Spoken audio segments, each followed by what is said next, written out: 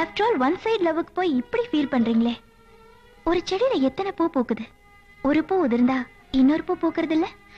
வாஸ்தவம் தாங்க. ஆனா உதிர்ந்த பூவை மறுபடியும் எடுத்து ஒட்டவேங்க பார்க்கலாம், முடியாது. அது மாதிரிதாங்க காதலும். சில பேருக்கு அது செடி மாதிரி, ஒண்ணு போச்சுன்னா இன்னொன்னு. சில பேருக்கு அது பூ மாதிரி, ஒரு தடவை பூத்து உதிர்ந்ததுன்னா அவ்வளவுதாங்க, மறுபடியும் எடுத்து ஒட்ட வைக்க முடியாது. அது மாதிரிதாங்க என் காதலும். லவ் ஃபெயிலியர் ஆன எத்தனையோ பேர் வேற கல்யாணம் பண்ணிக்கிட்டு சந்தோஷமா இருக்கலையா? இருக்காங்க. ஆனா அவங்க சந்தோஷமா தான் இருக்கிறாங்களான்னு நமக்கு எப்படிங்க தெரியும்? எங்க லவ் ஃபெயிலியரை வேற கல்யாணம் பண்ணிட்டு வாழ்ந்துட்டு இருக்காங்களே, அவங்க ஒவ்வொருத்தர் நெஞ்சையும் தொட்டு சொல்ல சொல்லுங்க பார்க்கலாம்.